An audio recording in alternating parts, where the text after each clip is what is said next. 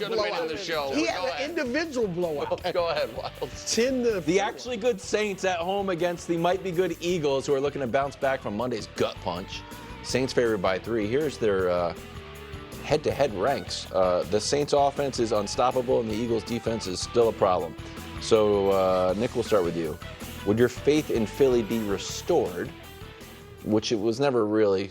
Would it be? Would it be created? Oh, well, He didn't have any win. Saints. No, I think this is a spot where whomever wins, there's going to be massive incorrect overreaction to, I believe. Because I don't think the Saints are a great team, but if they win, they will be the talk of the NFL town next week. Yeah. And if the Eagles win, I think folks are going to convince themselves they should be 3-0. They were preemptively doing it. Should be 3-0. They blew the game.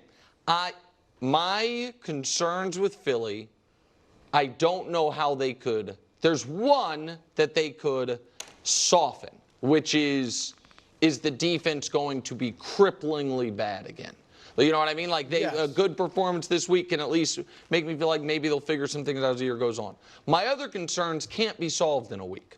One is Jalen Hurts going to continue to turn the ball over at a higher rate than almost any quarterback in the league? We spent so much time earlier in the week yelling at each other. I was really the only one yelling about the Sirianni thing. We didn't talk much about the fact that they were down 1, close to field goal range, and Jalen threw a terrible pick.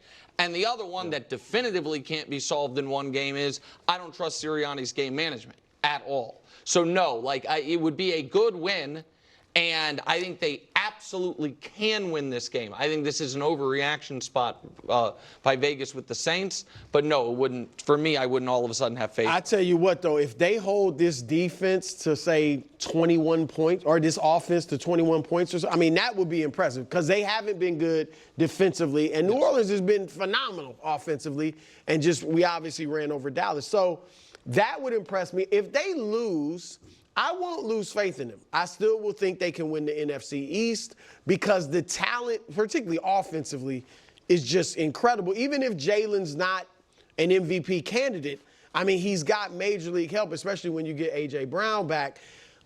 A loss, like a big loss, I would really probably lose faith in Sirianni, and you would wonder how long is he going to last. A win would just, like I said, tell me I think they're still going to win the NFC East. And I would have to see, though, Coach, a few more really good wins before I say, okay, they're one of the top teams. Before you take them off funk Before watch. I think really. They're on funk watch. They're on funk watch. And I want to see how Saquon bounces back. Well, in a down offensive year so far, the Saints have matched what the most points are tied for second most points through 2 games. That's a most good points. point, too, in a down. That's a really impressive statistic, especially when you consider what's happening with the rest of the league. You were talking about in history, right? The second most points in a game. Well, last time was 09, right? Yeah, the second most points through 2 games in history, tied for the second most. So that's really impressive, especially considering what's happening throughout the course of the league. So if Philly's able to go in and do a good job defensively, it may not be perfect, but to recover from that 2-minute drive that they had at the end of the game, after the game should have been over, when Saquon dropped the wide open ball that would have sealed the game. But then they have to go out there and lose the game the way they did. That's tough. So seeing them rebound, and I agree with Nick's point too. The other key data point is Jalen Hurts, and 15 interceptions last year, which was tied for the 3 previous years, and 3 already this year. Yeah, now we're on record on track to break that record. It's concerning, and it's not trending in the right direction. Brew, if the Saints roll, are you going to start thinking that the Saints are for real, or just a little flash in the pan? I probably want to see a tad bit more, but I'll be leaning to, they're for real. I mean, blow out Dallas and Philadelphia. And I still will not write off the Eagles in that division because they will have done what Dallas just did. So that's the thing. That's assuming Dallas loses to Baltimore. If the Saints roll and Dallas wins, now we're in a different situation. I would just encourage folks to check out, if they have time and they maybe not much of a social life, Derek Carr's Football Reference page. 4 times in his career, if you include this year, he has started the first month of the season red hot and then immediately regressed to being Derek Carr. When? October? What? Starting, well, usually week 5 or 6. Remember, though, this is. Pumpkin He's on pumpkin. Oh, he's watch. on pumpkin. But remember, this is a continuation from 10 RBI. Wow. So he can't choose his He got pitches. 3 of them off the position. Okay, Okay, but 7 RBI. he was I mean, 7 RBIs is fine. It's not the greatest night in the history of baseball. On the night, he night. goes 50-50. Yeah. Which no one in He's the just history mad of about baseball everything. has It's done. not. You're mad about It's everything. not. What night was Okay, better? hold on. Anytime anyone's hit 4 home runs in a game. Okay. Bears, Colts. I'm not, but it's 4 home runs in a game is better than 2 Put in the one Tiger back in. Bruce, I always say let the Tiger out. Put the Tiger back in. Let's talk Caleb. Bears at Colts Sunday at 1. Caleb looking for his first touchdown pass and second win. Here's his number so far. Not great. Does anybody have him on dud watch? No. You guys put him on Dud Watch, which is a fake thing that doesn't even exist. We don't even have graphics for it like we do the Trevor Trash Hour. It's just a fake thing. It's real. It might become a full segment. yeah, it's too. real. Okay, here's what I know. I know that the Chicago Bears are playing a team, and I don't think they'll keep this pace up, Coach, but is on pace to be far and away the worst rush defense in the history of the NFL, and just lost in this last game their best defensive lineman in DeForest Buckner. They allowed 213 in game 1 to Houston, made everything Joe Mixon hit the rejuvenation machine. And then in game 2, when everyone knew Malik Willis is starting quarterback, so the Packers are going to run the ball, they allowed 260.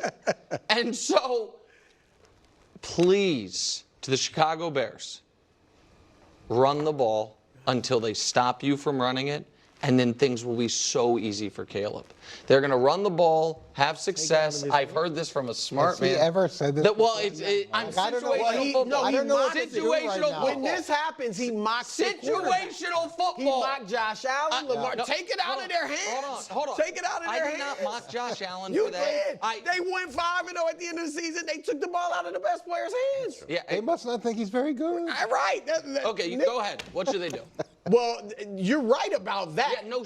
I yeah, mean, I know. Girl punch. Watch yourself. I know I'm right about it. I know I'm right. We all agree. I don't know why I'm getting yelled at. Finally, we should see something from DeAndre Swift, who doesn't look as good now that he doesn't have that Philadelphia line in front of him. But 2 yards of carry for DeAndre. I agree. Support Caleb by giving him a good run game, and then it'll open up. But, Nick, here's where I disagree with you.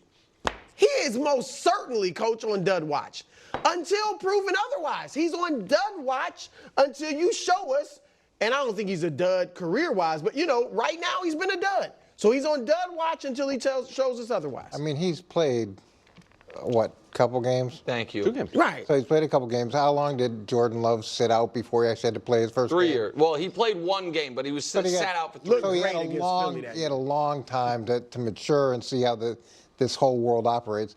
Unrealistic expectations coming in, and then he goes in. It's not going very well. I don't know if he is a little arrogant at this point. I'd say the most important thing he can do is control what's under his control, which is all the pre-snap stuff. Let's get rid of that. The false starts, the illegal motion, and the delay games. Take care of that. Take care of the sacks that are killing drives where you're running around for 45 minutes trying to figure out how to get sacked and kill a drive, and not take these chances that worked in college but don't work at the same level in the NFL. That doesn't mean don't play to your strengths. I'm not saying that, but there's a difference between the types of chances that To you're be taking. fair on that, I feel like he's done that twice so far in his career, once in each game. In the first game, as far as taking chances, when he thought he was going to escape from a sack and he took like a 30-yard sack. Yeah. And the second one was when he did escape from the sack, and then instead of throwing it away, he threw it in triple coverage. To avoid 3 straight losses at home dating back to last year's playoff debacle. Ravens trying to avoid Lamar's first 0-3 start. Here's Dak Prescott.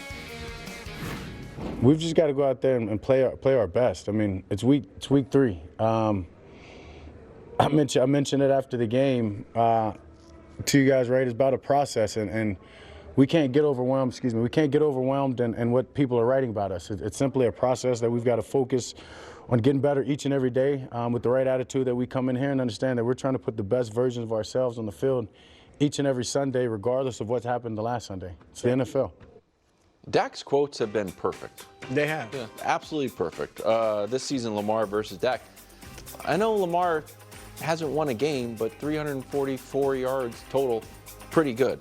So, Brew, we'll start with you. Who you got here? Ravens.